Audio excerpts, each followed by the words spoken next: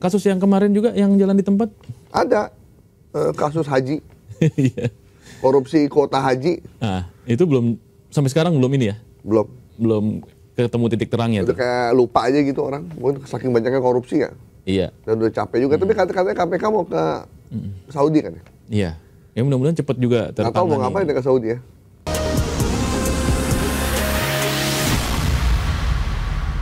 Nah ini ada VT lagi nih, Mas Gaib nih. Ya. Kita tonton. Ada, kita juga bisa sampaikan kepada Presiden.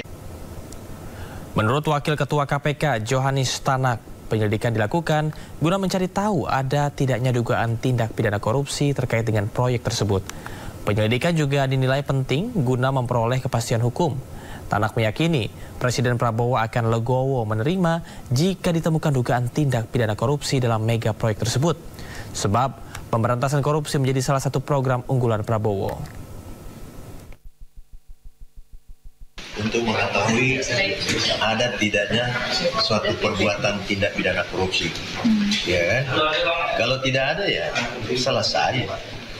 Kalau ada, kita juga bisa sampaikan kepada Presiden ini ada perbuatan yang dikualifikasi sebagai tindak pidana korupsi.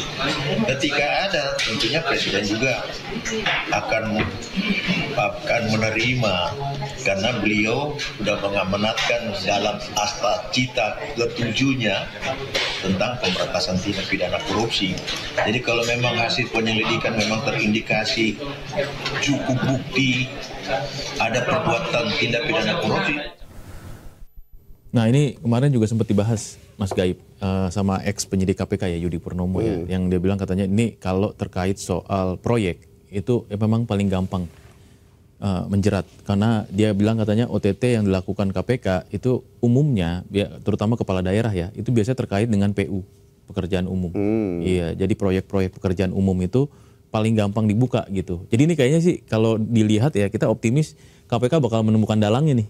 Siapa nih pelaku korupsinya nih gitu. Apakah mafia yang tadi disebutkan juga masuk atau ada pejabat yang terlibat. Nah gitu. Cuman kan memang nama-namanya belum dirilis ya. Baru masih dalam penyelidikan. Memang kalau perbuatan korupsi itu tidak mungkin dilakukan sendirian. Iya.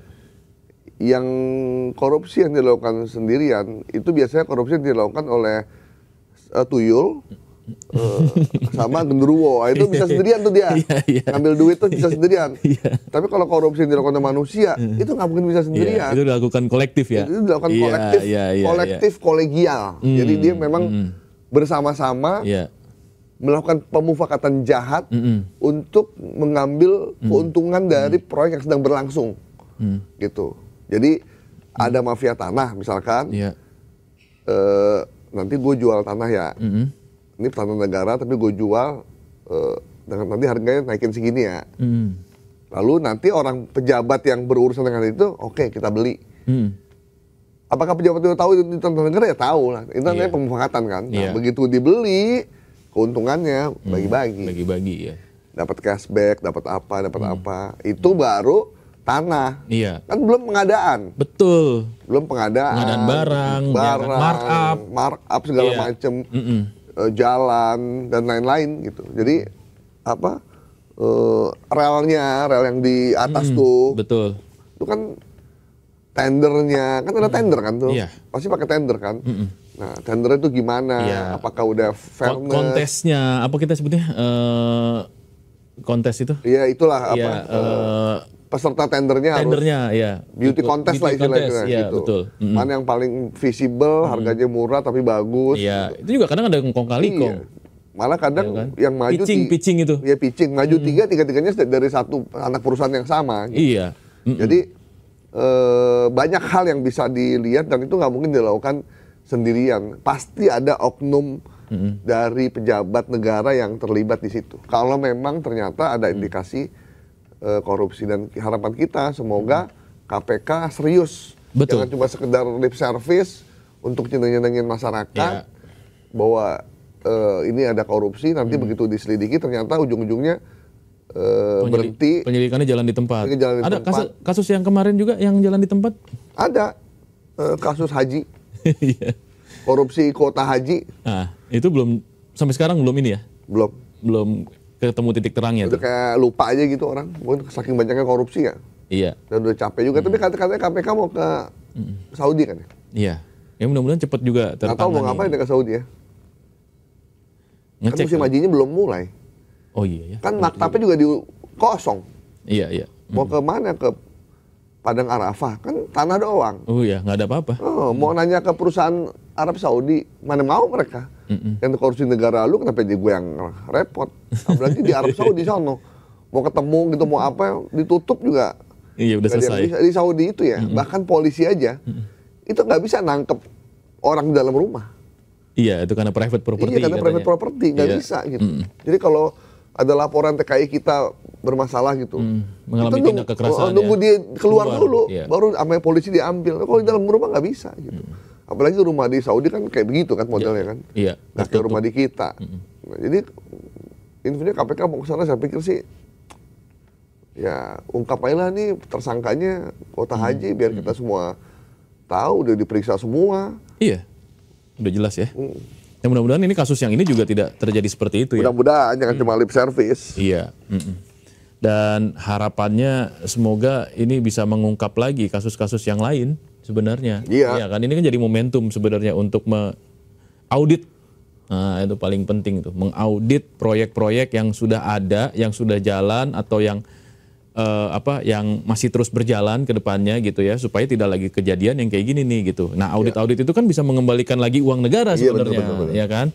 Kita lagi butuh dana nih negara ini gitu kan, dan harapannya mudah-mudahan ya bisa terungkap semua nih gitu. Jadi kalau ini jadi pilot project untuk audit mega proyek, mungkin mega proyek yang lain bisa juga diaudit gitu, dan harapannya bisa mengembalikan lagi uang untuk negara yang ujungnya untuk rakyat juga gitu. Mas. Buat para mafia tanah, semoga Anda bertobat ya. Jangan sampai menyakiti pengalaman pribadi nih. Masyarakat.